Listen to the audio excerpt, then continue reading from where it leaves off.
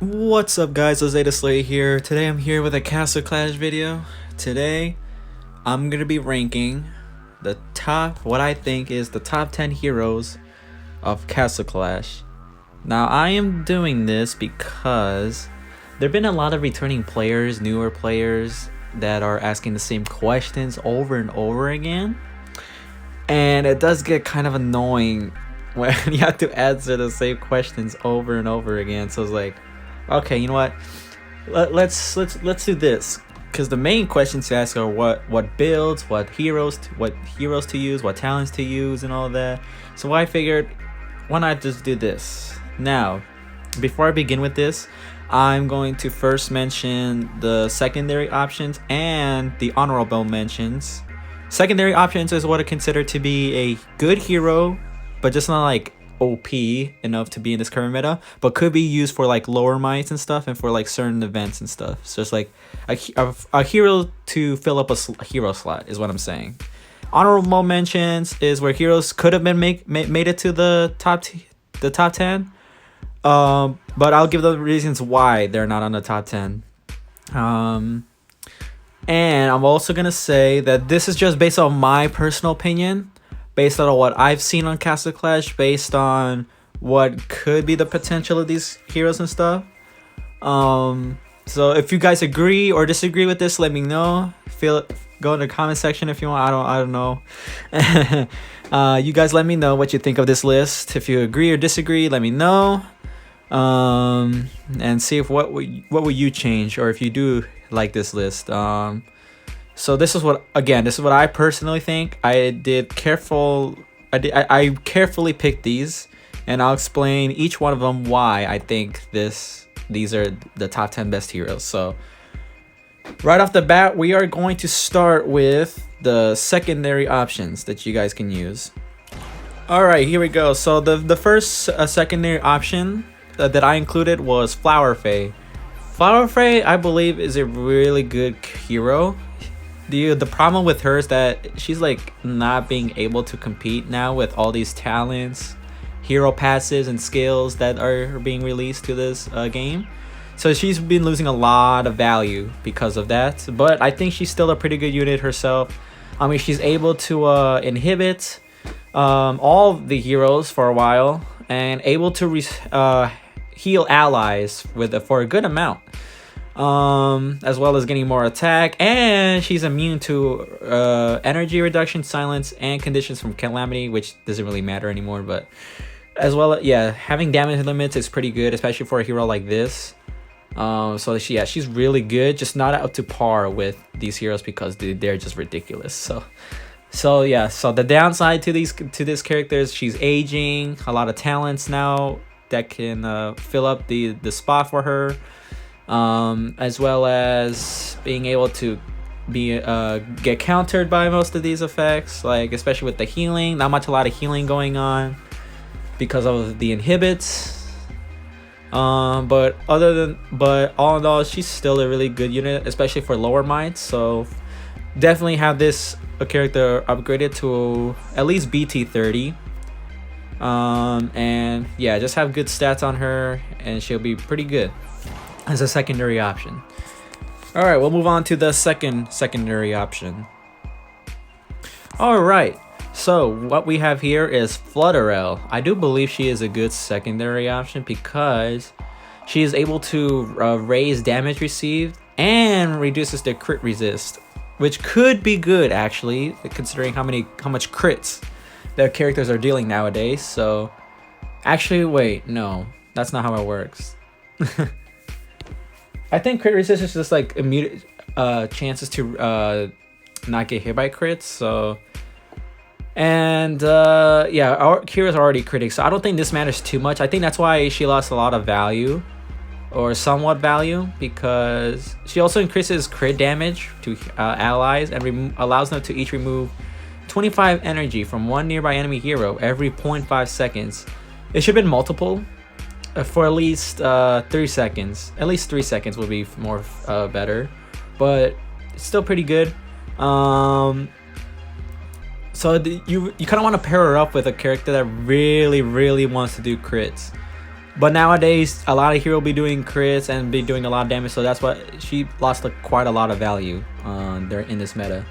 But she is also immune to silence, has damage limits, and has a passive ability when reached below a certain amount of HP, which she's able to recover her HP for a bit of HP, which is pretty good.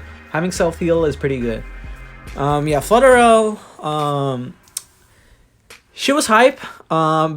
If she was released earlier, she would have been a really decent hero.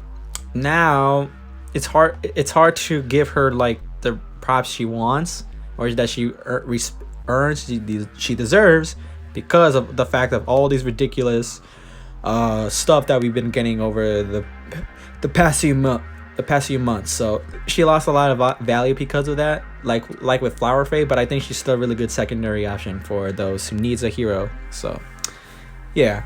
All right, moving on to the next one.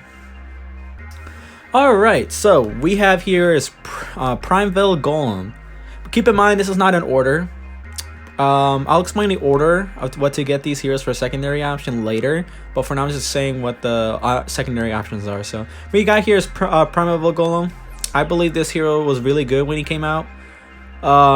Like, he's able to deal damage to many enemies while ignoring damage reduction and damage limits of targets. That is really good because there's a lot of characters with damage limits and damage reduction effects, and the fact that he can ignore both of them is really good. And he's also immune to disarm, so he can keep attacking, and also reduces damage. And he's able to heal himself, so that's pretty good. The reason why he's a secondary option and not up there, because again, these ridiculous characters able to counter this this skill, especially with giving inhibits and all that, with like Ancient Insight running around, and all that, like reducing healing, able to stop characters from attacking, and able to tank more better now than these older heroes do.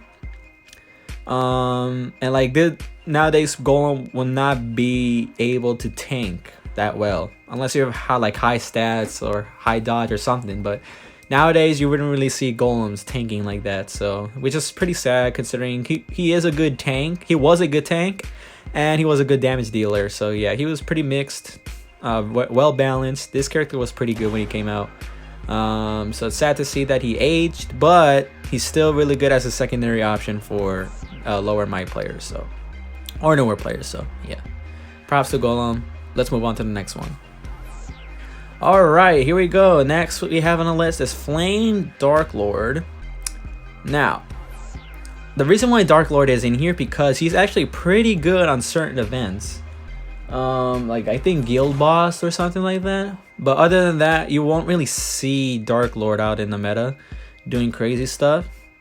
I mean, he's able to do consistent damage, DPS, as well as healing, and is immune to inhibit and has fast energy recovery.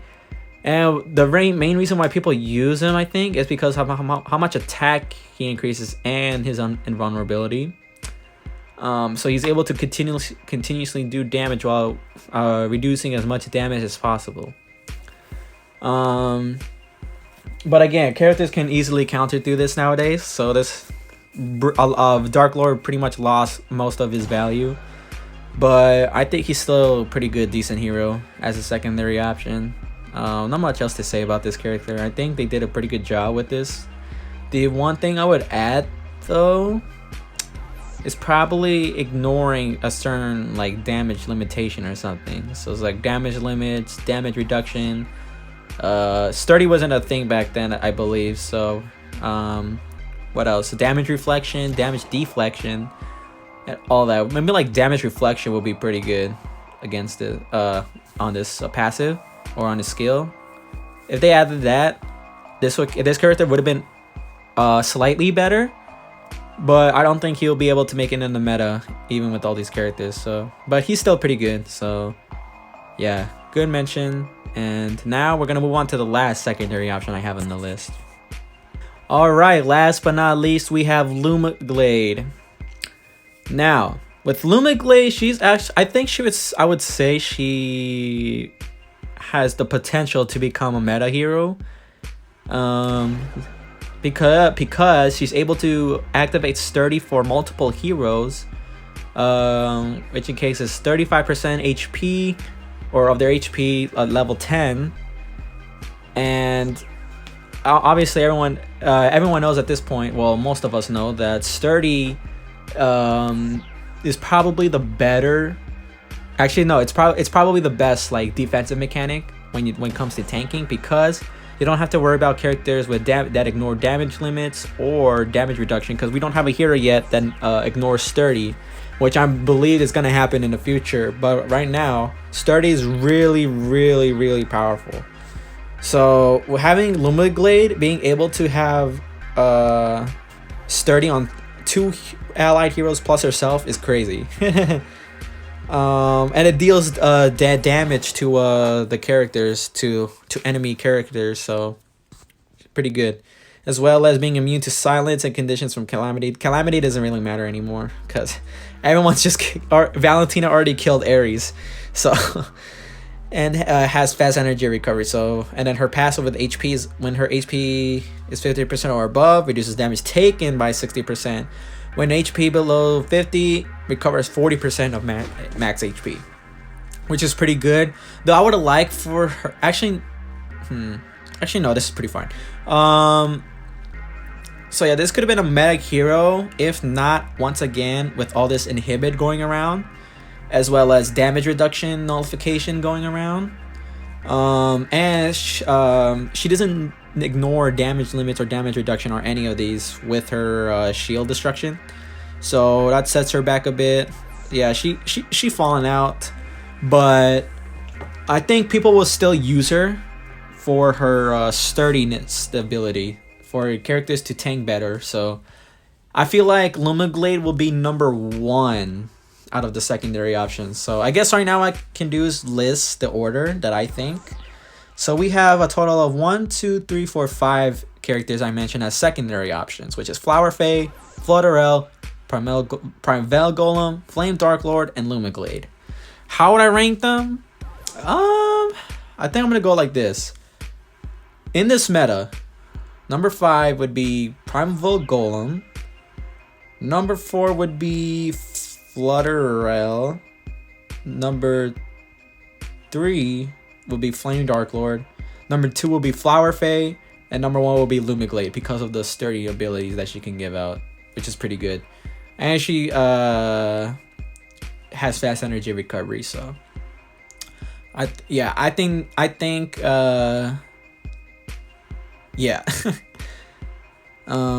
maybe if we get more talents that can help out these characters, maybe they can come back in the meta. But as of right now, they're really good secondary options for low miters and stuff, new players and stuff.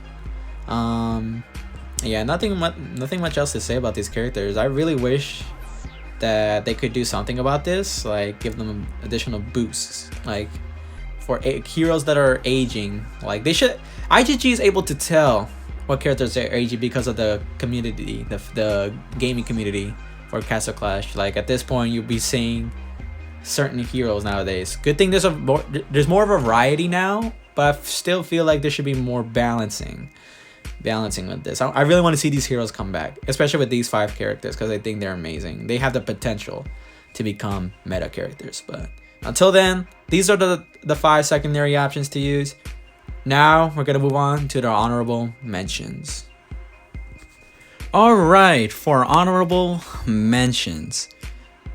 So first I have on my list, again, this is not an order. I don't know if I'm gonna do an order about these honorable mentions, but we'll see. So right now on my list, I have Shadow Baron as my first honorable mention. Shadow Baron is a character that really wants to support the team and last as long as he can. And that's pretty much what he's doing with his skill right here.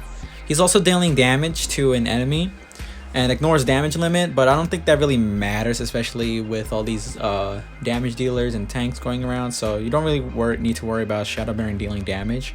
What you should be worrying about, however, is able to reducing damage and stuff, and he's able to debuff the enemy hero with the skill. I don't know if it's applying with the skill Shadow Baron deals his damage with, or if it's for everyone to deal more damage against that hero, but still pretty good.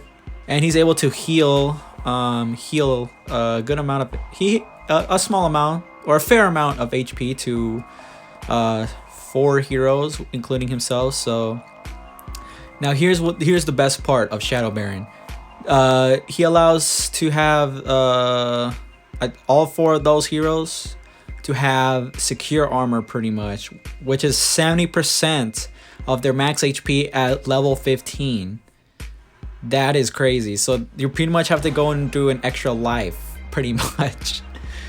I mean, it's not like you revive or anything. Like the enemy heroes can still pierce through this, but not pierce, but like still deal immense damage to destroy the armor. But having that extra armor at the end of the day is really useful, so that way you can able to tank more hits and stuff. And this hero is immune to most of the more important stuff to take notice, which is inhibit, silence, and stun and freeze.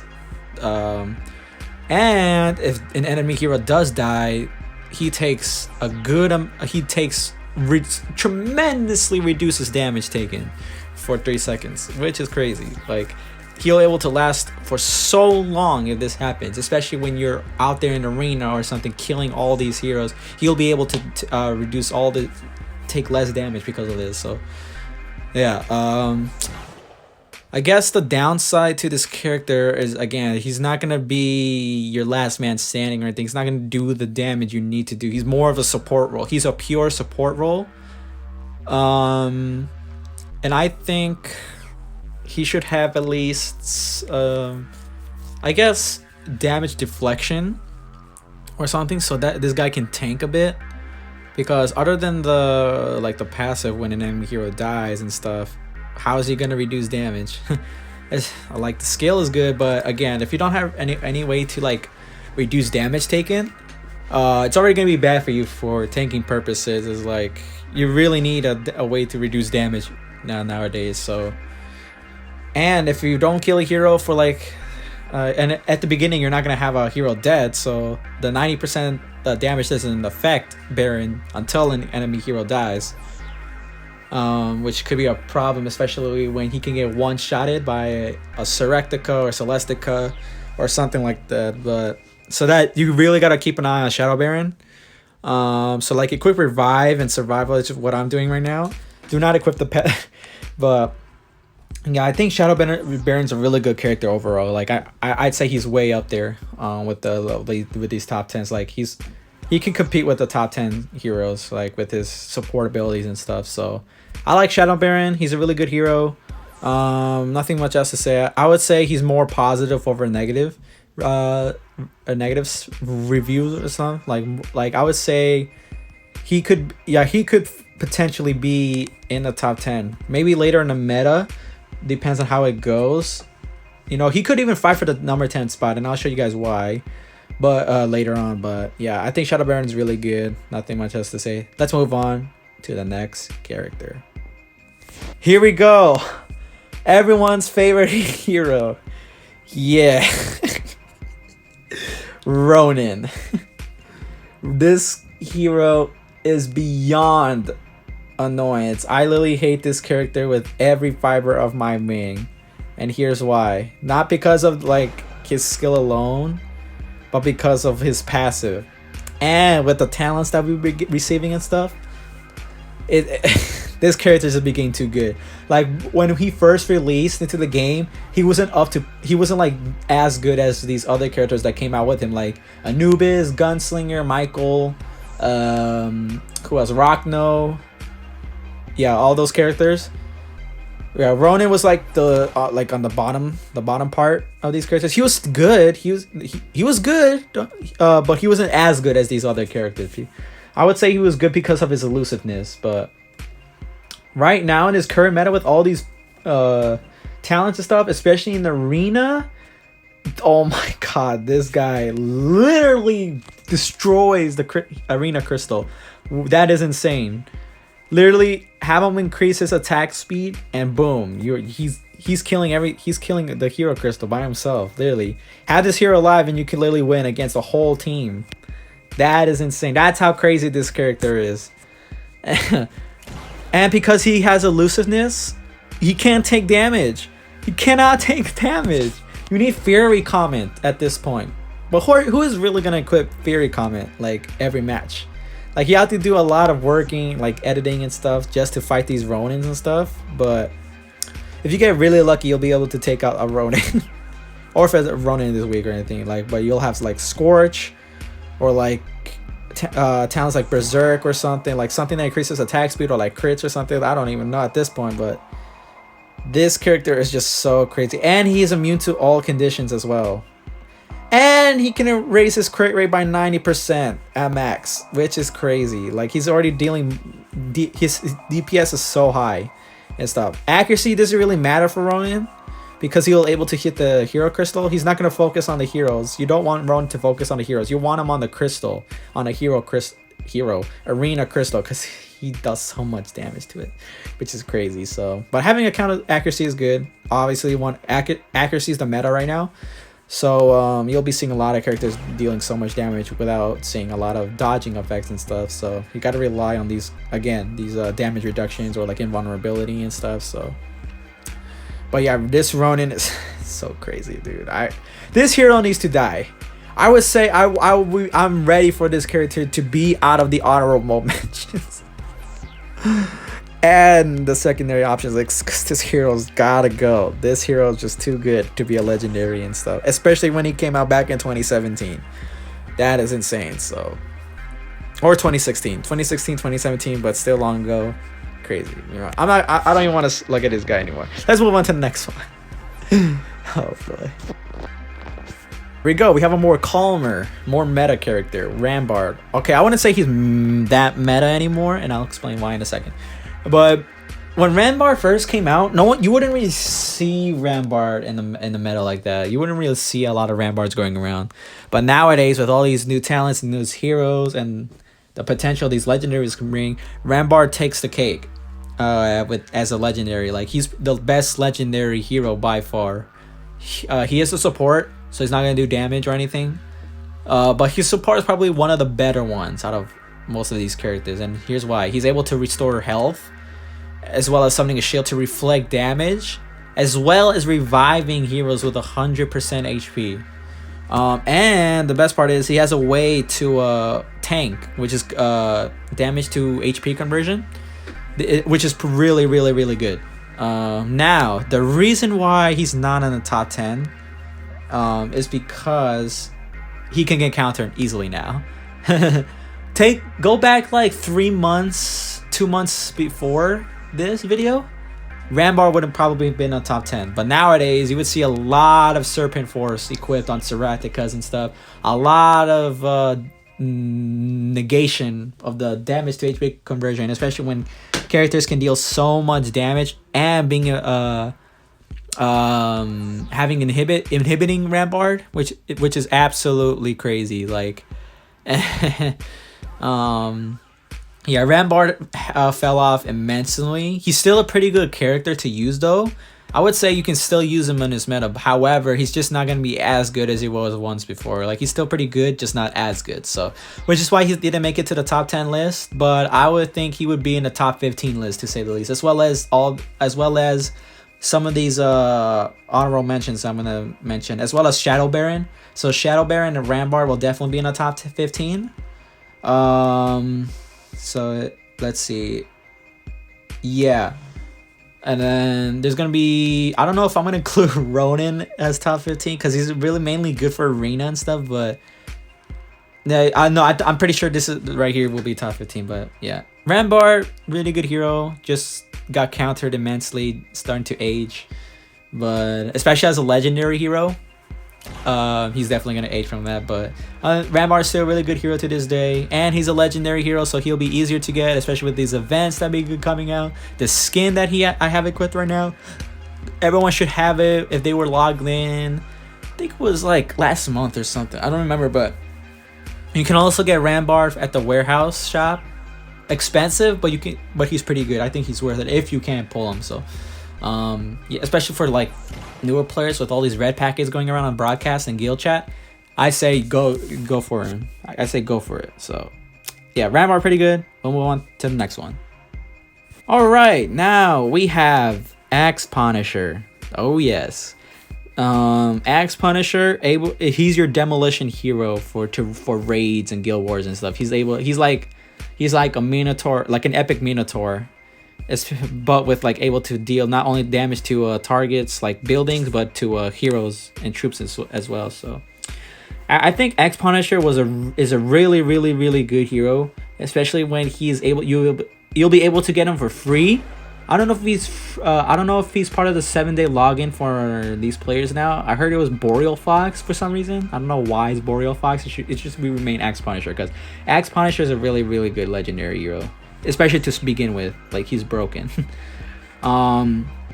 Yeah, he's able to do pretty good damage, and he's able to be immune to damage while he's summoning his axes with his skill, and he's able to recover HP from the damage he deals, which is pretty good, especially when you have like Zero In, which is the square insignia I'm using right now, when he can ignore damage limits, and he's able to recover HP from that, which is pretty good.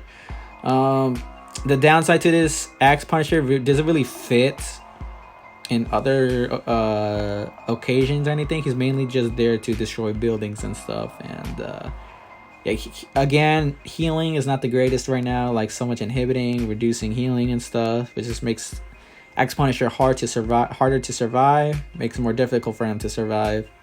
Like he can only tank by his skill, activating his skill, and he's not a Voidwalker faction hero, so he'll have to have Empower or Revive to make it work. So yeah, Axe Punisher aging as well, but I think he's still a pretty decent hero to this day. I wouldn't use him in the meta right now, like Arena or anything like that, but he's still really good for raids, probably dungeons as well. Like, he still has his uses. So as long as there's no more demolition heroes, this character will be usable until then. So Axe Punisher. Now let's move on to the next one. All right, we have Cold Heir. You know what? Cold Heir impressed me a lot. He's able to do a lot, actually. Like, he disarms, inhibits. He's a sniper. He's mainly a sniper. So he does his job pretty well. And he increases attack speed, immune to stun and silence, reduces damage to see, which is pretty good, and has fast energy recovery. And he's able to stack his damage, and it cannot be removed when he does a basic attack. So it's pretty good.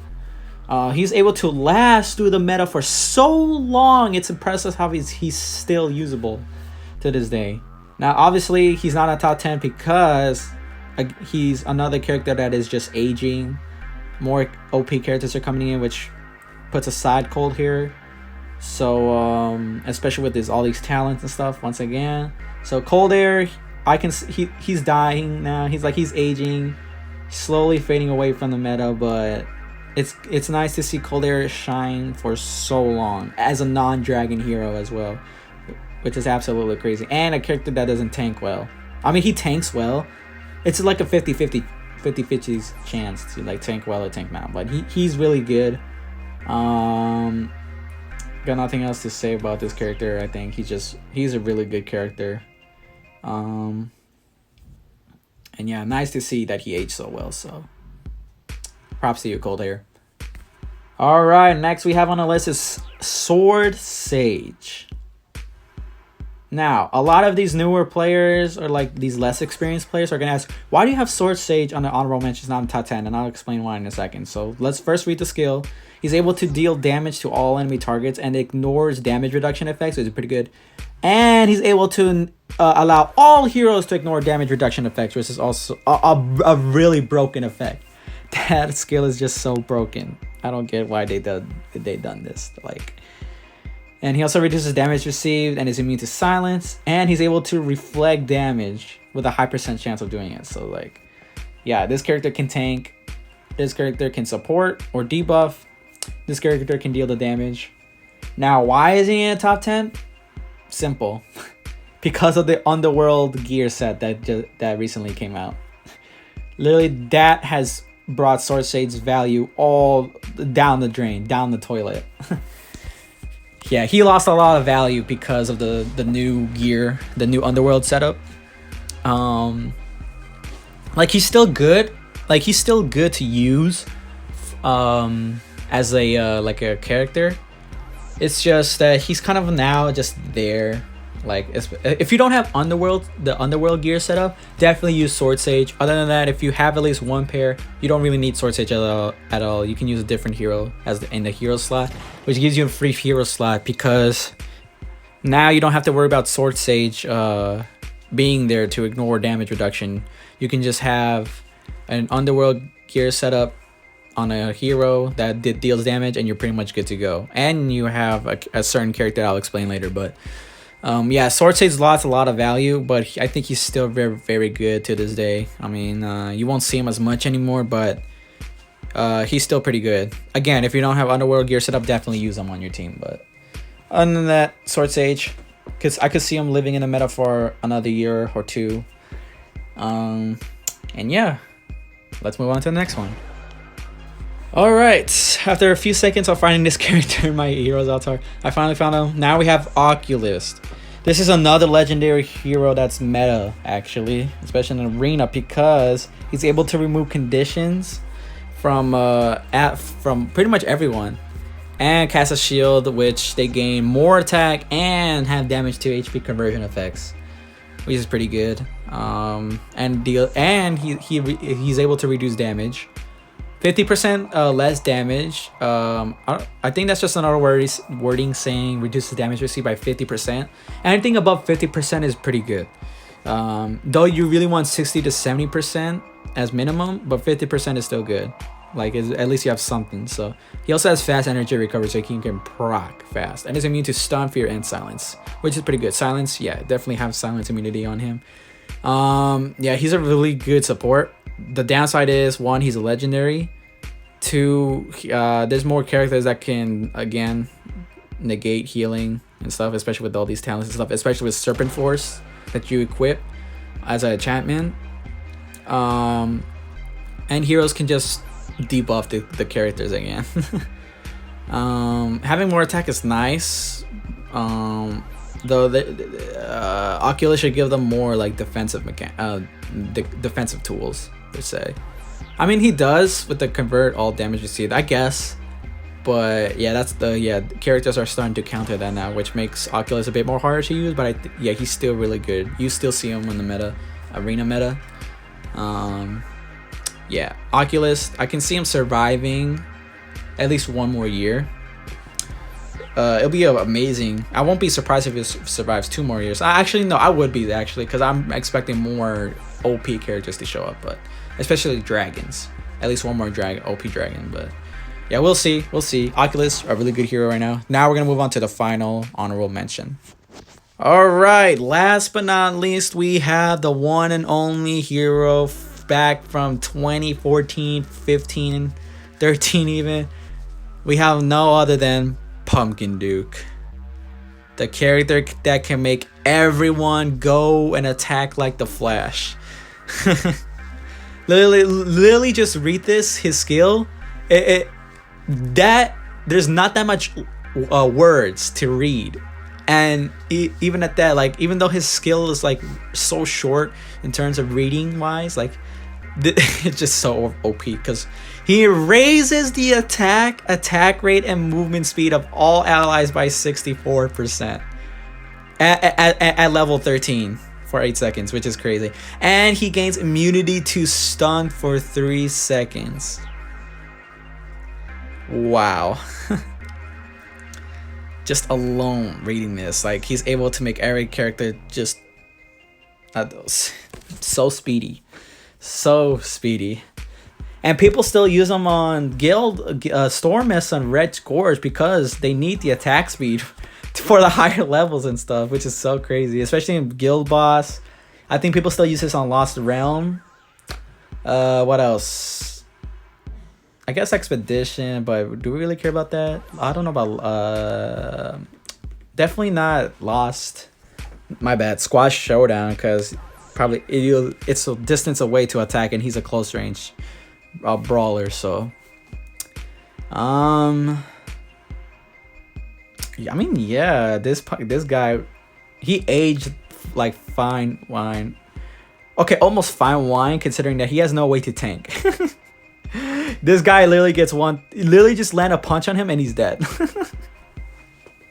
That's the only downside to this character, especially when he has such low HP. Mine below 100,000 HP, which is crazy. Like, yeah, I mean, yeah, but as long as you're able to get the buffs going, it's pretty much unstoppable. So yeah, this guy, amazing that he is still usable till this day. He's like 10 years old or something now, and he's still usable. That is crazy. Let that sink in. Yeah, this character has aged like fine wine at that point. Like the oldest hero alive. Nice to see him still usable. And yeah, that is my honorable mention list. Now, how would I rate them?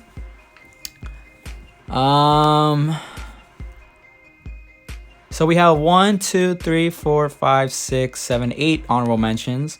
Shadow Baron, Ronin, Rambard, Axe, Punisher, Cold Hair, Sword Sage, Oculist, and Pumpkin Nuke. Okay, if I have to rate them or place them in the top 15, Shadow Baron will be 11.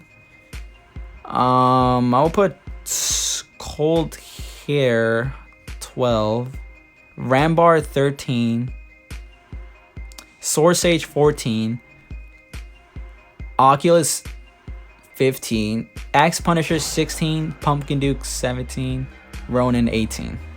Yes, I'm putting Ronin, not because I'm biased that I'm putting him 18th place, but he's only good at Arena. But I know Arena's like a meta mode, but other than that, you don't really gonna see that many Ronins running around. I guess World Ruler. I don't know about World Ruler. I haven't been keeping up with that. But yeah, that's just me. Might be a little biased, but now we can finally move on to the top 10. Let's do this. All right, coming in number 10, we have Mystrix. With Mystrix, he's been I guess an underrated character, or at least a character that people are not gonna expect that this hero will be good in any circumstance. But in fact, he actually carries one of the most powerful abilities in the game, which is granting him immunity to all fatal damage for a certain amount of seconds, to not only to himself but to the friendly hero with the lowest HP. So you can potentially have Sarah be your weakest hero, so that way Sarah can get a guard mark, and so that way Sarah can negate all these fatal damages that could take and end up surviving way longer than Sarah should be. Yeah, I feel like Mystrix and Sarah does work together a lot. Mystrix also does heal, and it grants more healing with units with a guard mark. The problem with Mystrix right now is the healing itself. A lot of inhibiting going around, and his really his only value is the fatal damage. But you can make your way around that, just dealing high amount of damage where you can just not care about fatal damage immunity. And it's like Mystrix does not have a way to tank hits. Like granted, Mystrix is immune to inhibits, so which is pretty good.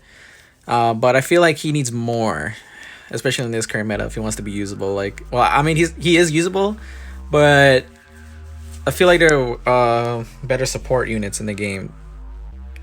As an overall, like, obviously, Mystrix has one of the best buffs in the game, but I feel like it's not enough for Mystrix to be higher in this list, in my opinion. But he's a really good hero, nevertheless. I feel like people should upgrade him.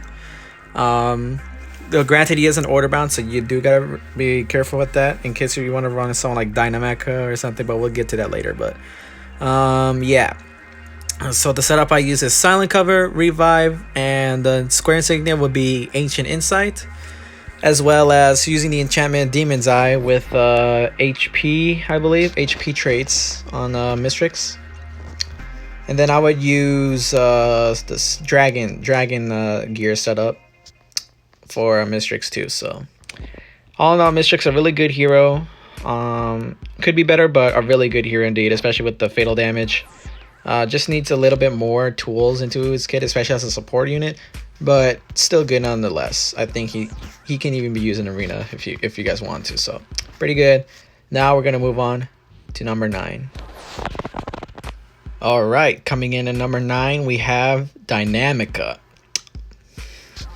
Now with Dyna, all these I guess all these months that have passed since Dyna came out, Dyna has aged really well.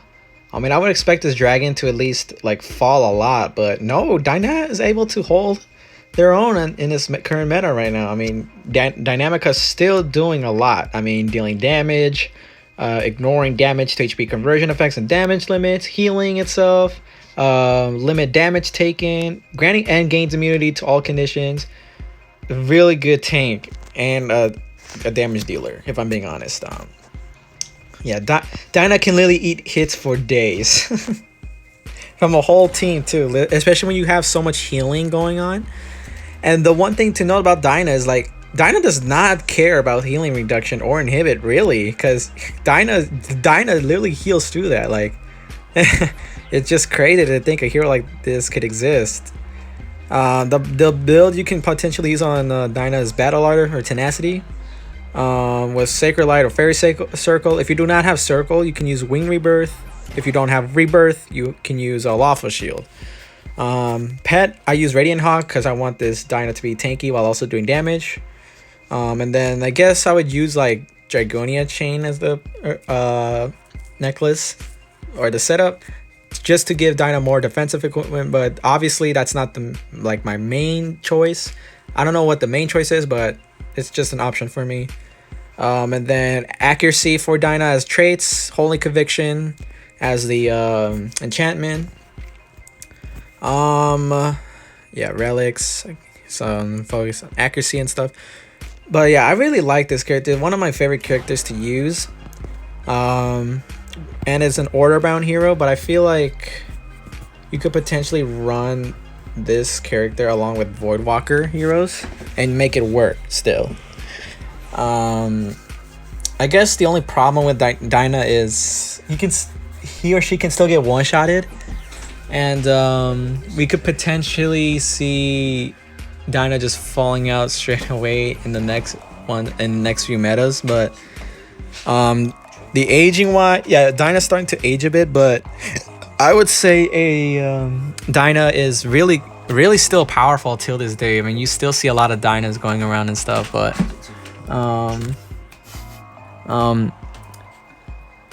but it's really crazy to think that a hero like this that lasted so long. I mean, granted, Dyna's a dragon, but even at that point, Dyna's still doing a lot. So it's really crazy that Dyna's still here though. But I do think there are way better heroes to use. And I'll show you guys in a second. But Dyna still a really good option. For pretty much anyone at this point. But like, yeah. Just be careful not to get Dyna one-shotted and inhibited if it does happen, and be careful with Dyna not being confused by Celestica, because Celestica can screw up Dynamica and the rest of your team. So, but yeah, Dyna really good. All right, that was number 9. Now we're moving on to number 8.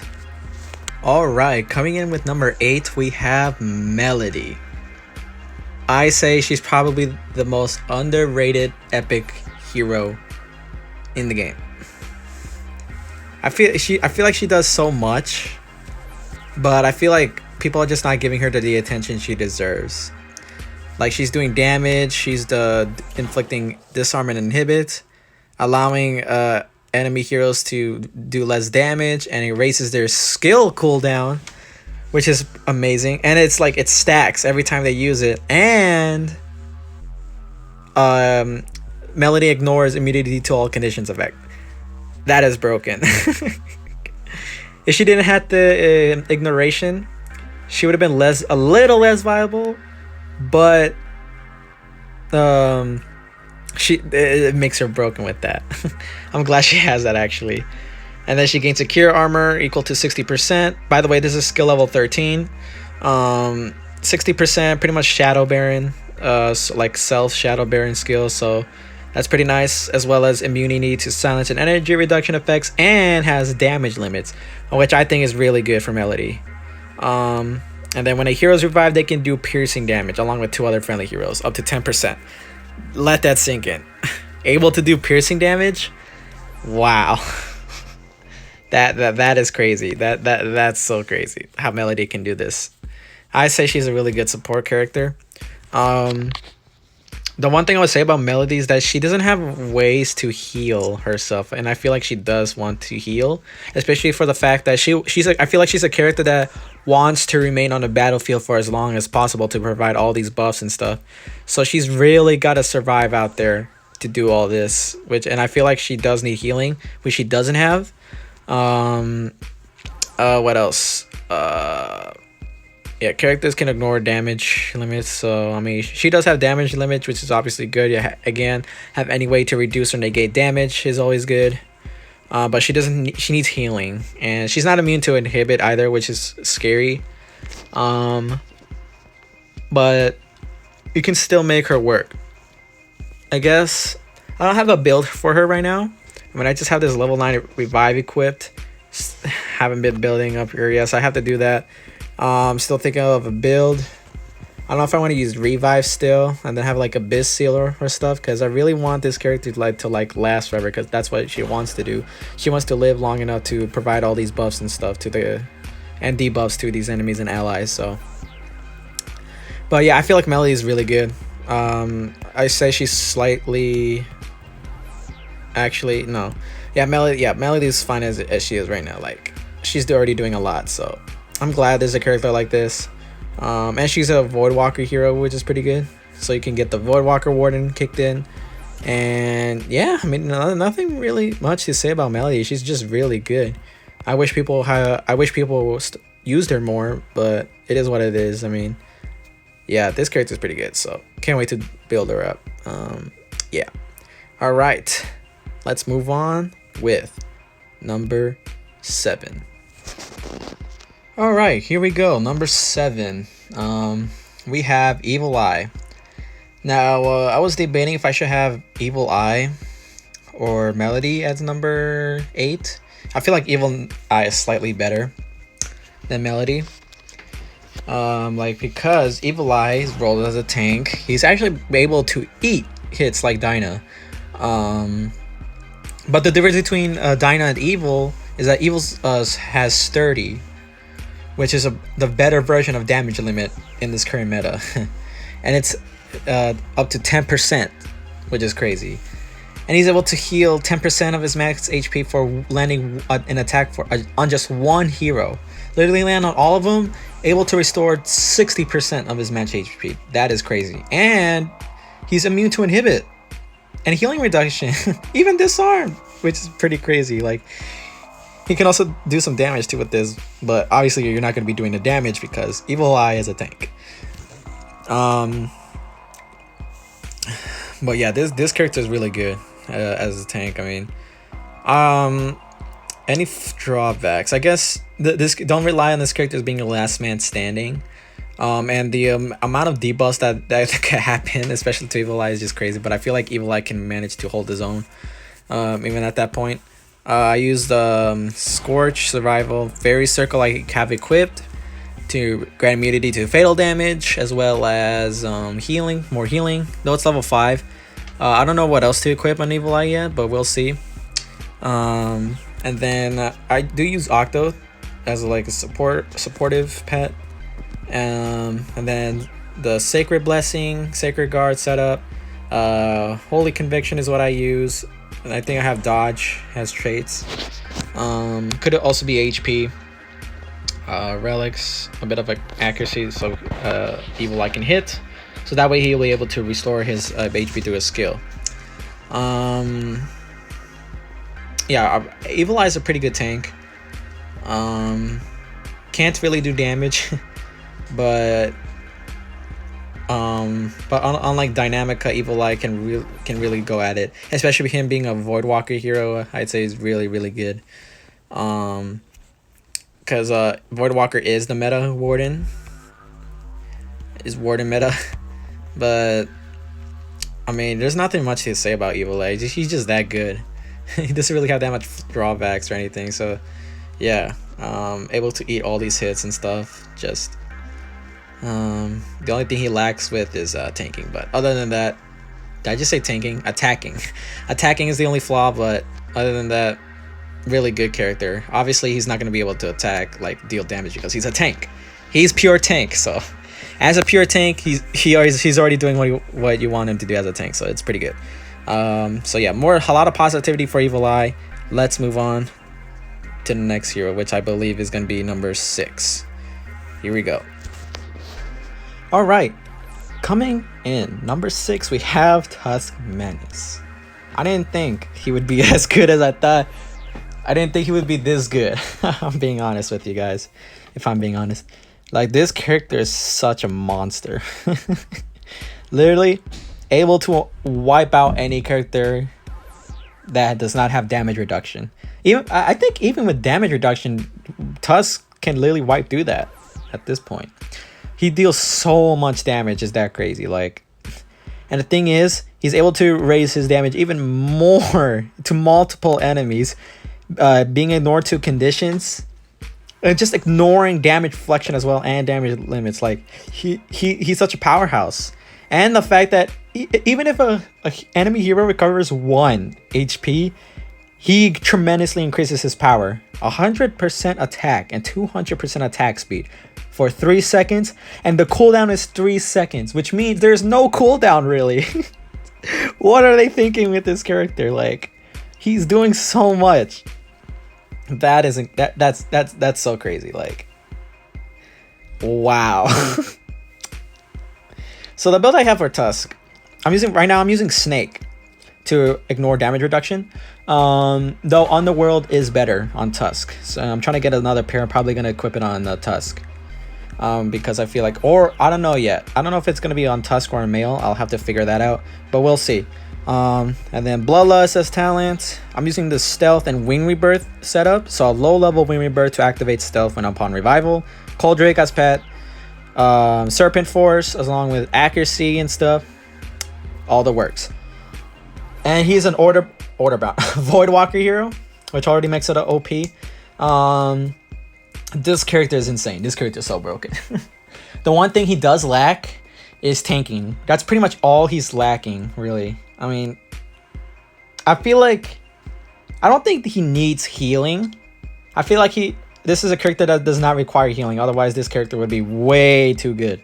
And he's already immune to all conditions, so, which is pretty crazy. So I don't really think he needs healing, and plus he has support from other heroes and stuff, which will make him even more broken. All that he's lacking is tanking, but other than that, he's really dope. Like, this guy can even tank better than Sarah, if I'm being honest. Sarah's just such a class cannon. But yeah, Tusk Menace, a really, really solid character. A bit hard to get, but he's worth it. Like, it's that crazy, like, how this character is so good as a non-dragon hero too, especially in arena. Oh my god, dude, like, wow. What are they thinking when creating this unit? Yeah, nothing much else to say about Tusk. He's just a powerhouse, really. He's pretty much one of your main damage dealers. Could potentially replace Sarah as a damage dealer too, which is crazy. Like, Celestica has been in meta for so long and stuff, but hey, we'll see. But yeah, Tusk Menace is number 6 on my list, and I feel like there are better heroes than Tusk, and you'll be about to see who they are. But this is number 6. Now we're gonna move on to the top 5, starting with number 5. All right, here we go. Top 5. Number 5, we have Lumina. Now, you could possibly you still see a war between Lumina and Rambard, but I feel like Lumina is just a slightly better version of Rambard, if not a moderate version. Moderately better than Rambard. There we go. Let's put it at that. Now, the reason why they're in competition, I'll explain why while I read the skill or explain. Literally protecting 3 heroes friendly, especially Lumina herself, I think, or including, no, yeah, with herself, that she's able to raise the damage by the attacker that attacks the protected heroes, which I think is actually pretty good. People are gonna look at it and be like, what kind of a support role is this? Like, That's not a support at all. That's just a debuffer. That could be the case, but it's still pretty good. And here's why. When you have characters that negate or nullify damage, at this case, damage reduction, you can still raise that damage for these characters to take more damage, especially when these characters ignore damage limits, damage reduction, all that. This will be even more better because they will be able to do more damage, causing them to be one-shotted at this point, which I say is pretty good. It also kind of depends on who it lands on, though. So it could be Lumina could be giving it to like Mystrix or something. Mystrix not going to do anything with that buff, really. So it really kind of depends on who it lands. Like, it has to be on a damage dealer, I feel like, so that way they're able to do even more damage. Like Malefica, Celestica, who else? Dynamica, Rosespecter, all those characters that can deal the damage. But here's what this is one of the reasons why Lumina is in competition with Rambard. This is the part where she is winning the battle right here. She's able to revive the heroes with 80% of her HP one time, and is able to revive them again during offensive battles, which is crazy. So 2 free revives from Lumina. That is crazy. Like, it's just that crazy. And yeah, she's also immune to inhibit, which is really good. I feel like that's the main condition that you want to be immune by in this meta, and I'm glad she has it on her, which it's also another reason why she's winning. And also gains invulnerability for 3 seconds every 6 seconds, which I also think now in this meta she's also winning against Rambard, because nowadays you see a lot of Serpent Force, which really hurts Rambard, which is why he's on an honorable mentions list, not in top 10. And when she does a bit, I don't know why they added this, but it's funny looking at this, and I feel like, and I always say to myself, like, just add as much as you can and it'll be fine. Like, whenever this hero performs a basic attack, she deals damage to all nearby enemy units. I feel like I think they just added there just to give her another effect, like, which is crazy, but it's just funny to look at because she's not meant to do damage, but to support or debuff the team and to give extra revives. So yeah. So why Rambard is winning? The reason why Rambard is competing with Lumina is because Lumina does not actually heal her allies. She just provides these debuffs and stuff. That's what makes Rambard better in terms of like supporting role and stuff. Rambard is able to heal these characters and gives them the shield, which reflects I think it was 35% of damage received by the attacker, which is obviously really good. And Rambard does have the damage to HP conversion effects, but again, Serpent Force is running around a lot nowadays, so your Rambard has lost a good amount of value of that, because first of all he's a legendary and he needs a way of tanking. Nowadays that tanking is not really gonna work on Rambard, so that's why he's like not on the top 10. But Rambard's still powerful, and I say Lumina is better, especially she's being an epic, providing extra revive and being immune to inhibit. Has invulnerability, even though you see a lot of bloodlust here and there, but I feel like invulnerability is still helping out a lot. And this is the current build I have for her: Scorch, Empower, Wing Rebirth with the Gemini setup. I feel like this unique setup works really well with Lumina. Obviously you can use Revive, but using Revive has like less durability. Even though she's able to revive herself twice with 100% HP, she can still be one-shotted out of nowhere. And she can be inhibited like through debuffs and stuff, which is sad, but yeah, I feel like Scorch will do the job, especially when she has invulnerability. It's like able to last a bit longer, and definitely Empower. Yeah, but you can also use Revive and like Empower or something like that. And you don't have to necessarily use Wing Rebirth if you're using Revive, but you do you. This is the current setup I'm using. HP as the trait, and for this setup, you would use Force Ward for this setup. You literally want Lumina to be immortal, pretty much. Like, and it's possible. Like, granted, she doesn't have like damage reduction or anything. Her defensive mechanic is invulnerability, so you really got to be careful with this. So you want to make her as immortal as possible. So especially with Force Ward, allowing to remove conditions and restore a bit of HP. when attacked.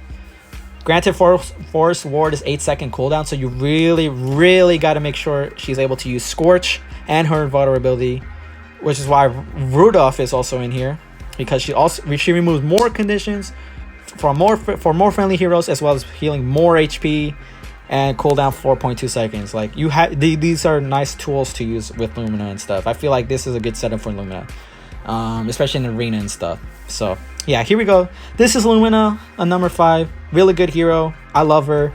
And now we're gonna be going to number 4. Here we go.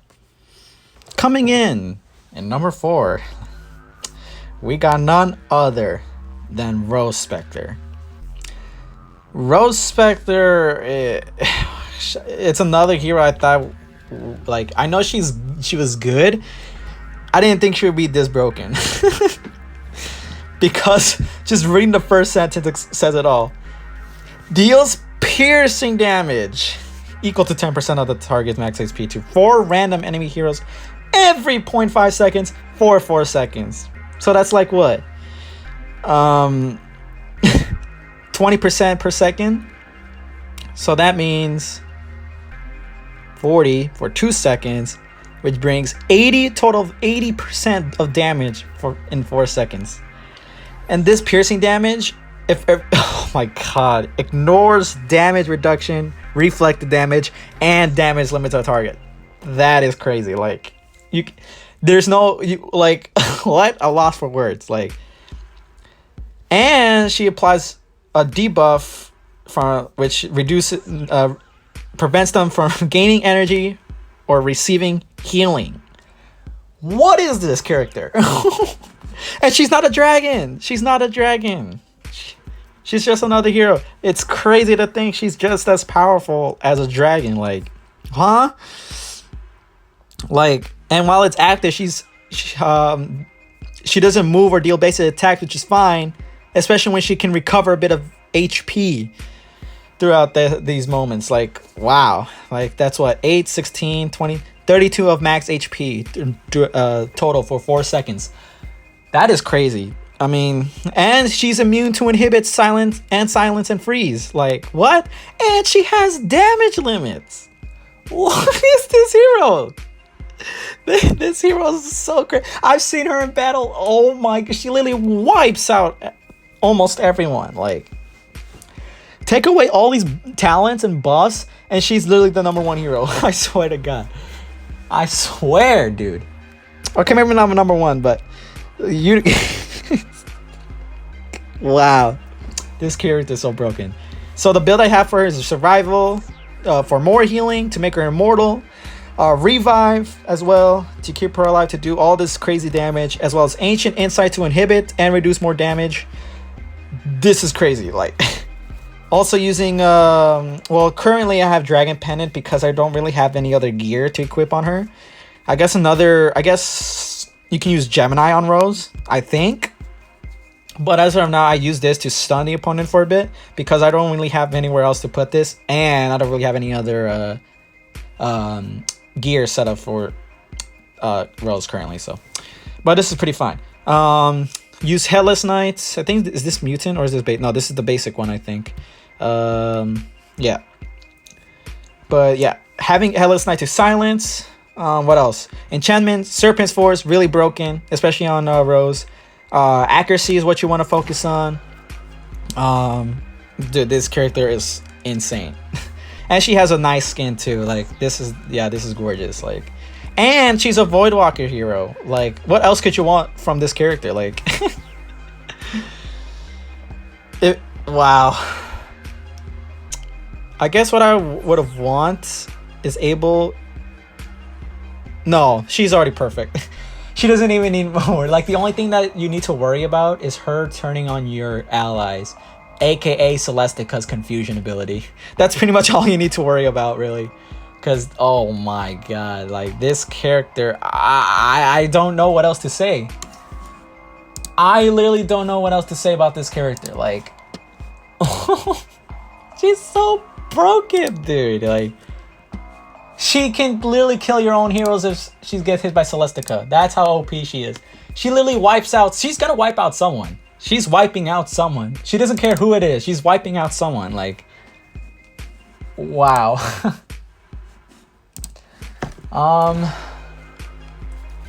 Yeah, this character is amazing. Like, now, to be fair, the damage is limited, but it's piercing damage, so it really doesn't matter. So like, attack is not gonna matter, but as long as she has the piercing damage, it makes her already OP. Like, and she can't move or land based like attacks, which could get a little annoying because she still activates that skill even though there's no target to land it on. Like, she's not targeting it to buildings or anything. She's targeting it to enemy heroes, which is good, but also annoying at the same time because of Arena specifically. Like, she's gonna be like stopping to do her proc even though there's nothing to proc on and you want to destroy the crystal. But other than that, a really decent hero, especially as a non-dragon hero. Like, I don't know what else you want from her. But yeah, this is Rosespecter number 4. Now we're gonna get to the top 3, and I believe all of you guys know exactly who are gonna be on the top 3. Let's get into it. Here we go. Top 3. I have Malefica as number 3, and I'll explain why. Malefica already does a lot on his own. Like, look at this, bro. He does so much. He's pretty much doing everything he wants at this point. Like, dealing damage, dealing more damage, dealing additional damage, being immune to conditions, especially inhibits, and he ignores all damage limits, especially with his basic attacks, and he's sturdy, 15%. And he has a counters to secure armor. Secure armor. Whether if it's an ally or an enemy, when they gain secure armor, Malefica increases more attack to deal even more damage. And when there's a hero with 50% more HP, Malefica recovers his own HP by 10% every second. He's doing a lot. He's dealing damage, he's tanking, he's healing, he's being immune to inhibit and all that. What else could you want from Malefica? Like, wow, this character is so stupid. Like, now the reason why I have him at number 3. Number 1, I guess I'll start from like least problems to more like the most important problems. His attack speed and accuracy. No, that's not the least one. My bad. His least one is hard to upgrade. Literally, it requires so much money right now because he's the newest hero, dragon hero to get.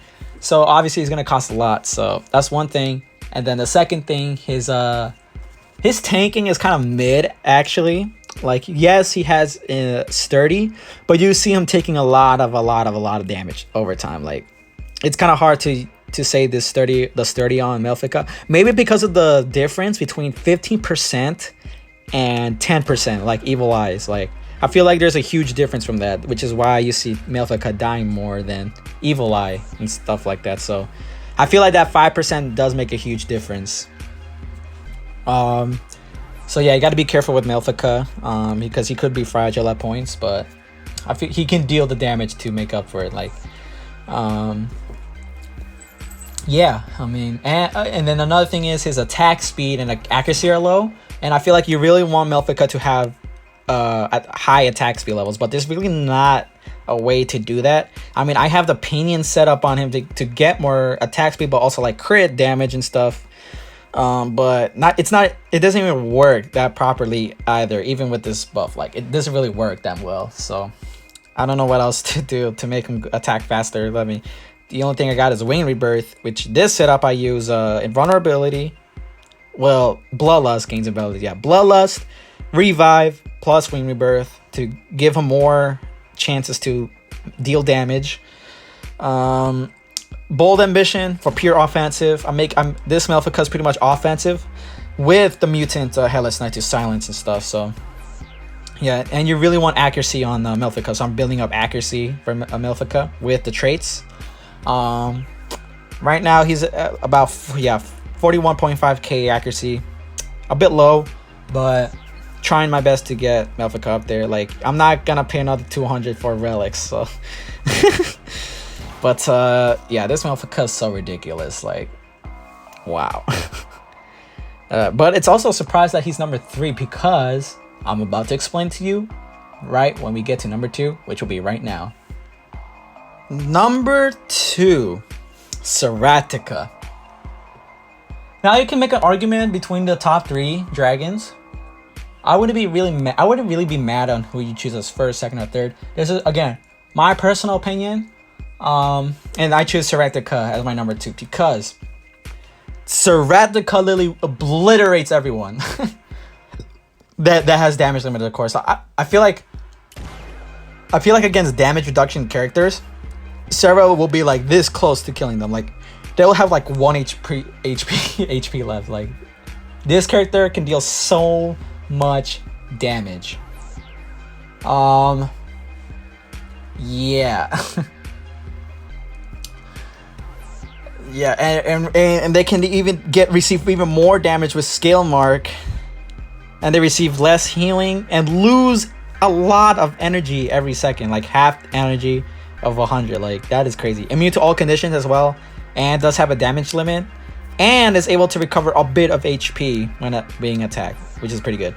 Now, I would say with the scale itself, the cons are Sarah's a glass cannon, even with the damage limit, so Sarah's not gonna take a hit. Sarah can't take hits to save its own life. Like that's crazy. Like, and a 30% chance, I feel like that's way too low for Celestica. Celestica should get at least a 50%, and should recover at least 15% or 20%. Because the last part it's a bit too low, especially for Celestica. But at least it's there. At least Celestica has a way to heal. But even at that point, you don't really want to worry about Celestica surviving anything because Celestica is not surviving. You want Celestica to ambush and deal all this damage to the opponent. So Bloodlust, Berserk, Wing Rebirth. This is a arena build setup, by the way, and I'm using the Mutant Mermaid for Celestica for the increased attack speed and stuff. So that way Celestica can kill the crystal. I also have the Underworld set up for Celestica. Because you want Celestica to also do piercing damage. I think it's piercing damage, right? Yeah, piercing damage. So that way Celestica will able to ignore damage reduction effects to literally one-shot everyone. And I definitely use Serpent Force on Celestica. Accuracy for traits. What else? More accuracy on relics. And some crit in there, but it doesn't really matter. Definitely focusing on accuracy and stuff. Yeah, pair him up or her up with Mystrix. Celestica's lasting a little bit longer. A really, really beautiful character. Like this character is doing so much. Like, I mean, not much. I mean, like pure attacking wise, yeah. What you really gotta be careful with Ancient Insight though. You really want Celestica to deal the damage, so you gotta be careful with Ancient Insight, which is the con.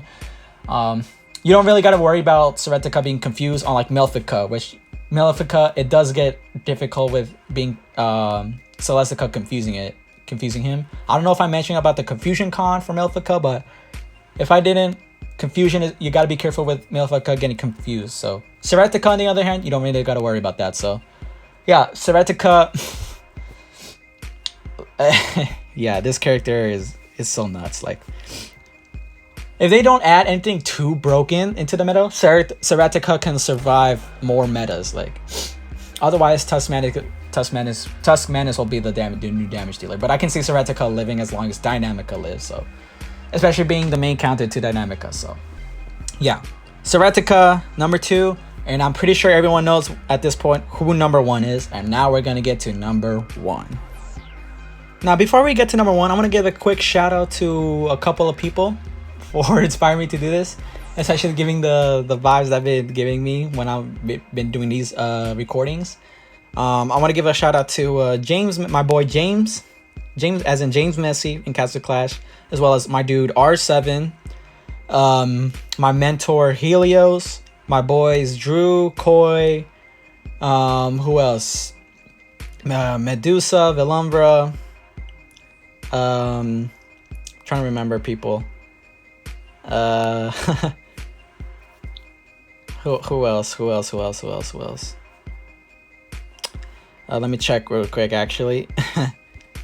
All right, so I have my friends list here. I'm gonna go through it again. So James Messi, Vortex, Andy, Koi, Deer, Helios, my mentor, Capalot, Velumbra, Medusa, Cafe, Drew, Dara, Christina, Ashy, Davey, Toasted, Kev,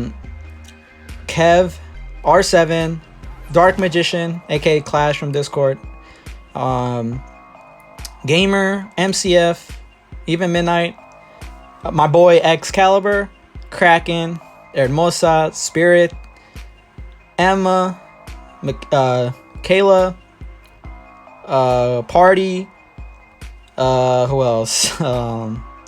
Duck, Wham Duck as well, Rivals, Maddie, Sunflower, Hannah, Mirko, and as I mentioned before, Daddy Yellow Duck. If your name hasn't been mentioned, as well as I guess Luna, who else is there? Trying to check who else. I guess Broken Heart, JMRV,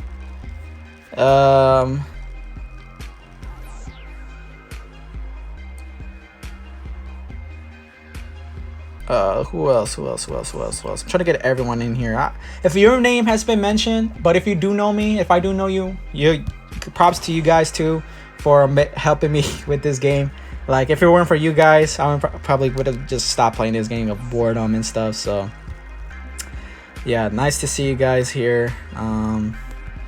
It's pretty crazy, yeah. So what else? Yeah, props to you guys. Thank you, especially for my previous mentor, Factor, as well as people from the past, Diamond, Goatee Mukau. All of you guys are beautiful. All of you guys. Thank you guys so much for being with me in Castle Clash over these 9 years. Yeah, I will be making a separate video about like giving my thanks to all of you guys. You guys are amazing. I love you guys. All right, now let's get in to number 1. Here we go. Number 1, none other than Celestica. Very broken hero. Yeah, this character literally does everything. Like, Celestica's an all-around hero. Literally tanks, kinda, deals the damage, support, all of that. Like, wow, Celestica can deal supreme damage to enemies, ignores damage limits, can raise enemies' damage taken. Also inflicts the most broken debuff or mechanic ever, Confusion. Literally, no one else can be immune by this. I don't know. Well, this freak. Besides the immunity to all conditions effect, but I think, does Celestica negate that? No, I don't think so. But yeah. So Celestica also has a damage limit as well. Immune to confusion and other conditions. Well, yeah, as in the skills per strat, but let's be honest, like, even Celestica can be immune, not immune, confused. So, but also has a damage to HP conversion effect.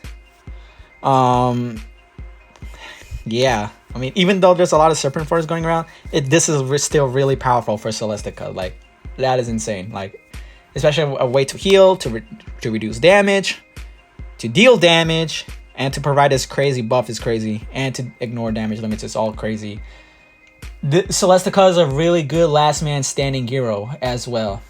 We can literally wipe out a whole team if it wanted to. Like, as long as the all the heroes are together, is like an arena per se. Like, if Celestica is attacking in the middle, if all 6 heroes are in the middle for some reason, Celestica could wipe them all out, like, potentially. So the only downside to Celestica is Celestica can also be your liability. So if you lose Celestica, you pretty much lose the match, because you really need Celestica alive to do all these crazy things. Like, oh, I actually didn't explain my build with. No, I did explain my build to Celestica, because so the build I'm using right now is Revive, You could also run Survival. I don't have it equipped, but you could use Survival. Empower, of course, or Revite in Arena. Ancient Insight. So that way your Celestica can do the damage while also debuffing, gaining more energy. Then I use Abyss Seal to be immune to inhibit, which is pretty powerful. Then you have the Gemini setup, which can summon a clone. If you know this, you know. A really powerful effect. You really want Celestica to deal damage to that crystal and to the heroes, which is why Gemini is a really good option for Celestica. This character is just crazy. Like, you don't really got to focus on accuracy on this character. Focus on like HP or something, but do have a bit of accuracy just in case, especially to hit the opponents, to deal the damage. But as long as you inflict that confusion, you're pretty much good. Unless you're facing enemy Celestica, then it'll be competition. But yeah, this is a really good character. So yeah, HP, a bit of accuracy in there. Like, yeah, pretty a really good hero. A bit of dodge, but yeah, this character is super crazy. Like, this character takes the cake, and I'm so excited yet scared of what the new meta will be like. So I'll see you guys all in the next meta. All right, you guys, that wraps up for this video. I know it's long and stuff, but I needed to make this for everyone. But yeah, this is my top 10 heroes. I'm gonna go through them one more time. So number 10 we had Mystrix. Number 9 we had Dynamica. Number 8 we had Melody. Number 7 we had Evil Eye. Number 6 we had Tusk Menace. Number 5 we had Lumina. Number 4 we had Rosespecter. Number 3 we had Malefica. Number 2 we had Celestica. And number 1 we had Celestica. Now let me guys know if you guys agree or disagree with anything on the list. I know there's gonna be a lot. I know someone out there is gonna criticize me of this, but you know what, screw them.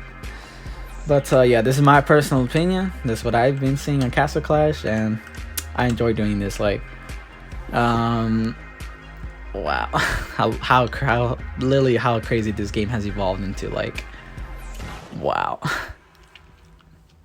But yeah, I hope you guys enjoyed this video. Don't forget to like, comment, subscribe, and I'll see you guys all in the next video. And if you guys already know what my favorite hero is, I skipped the evolved version, but Spirit Mage. This is my favorite hero of all time. But we all know there's only one true champion. Marauder. Ha ha ha ha. No one beats Marauder. No one. No one. As a matter of fact, Marauder is saying goodbye now. So goodbye, everyone. Take care. Slay and pray.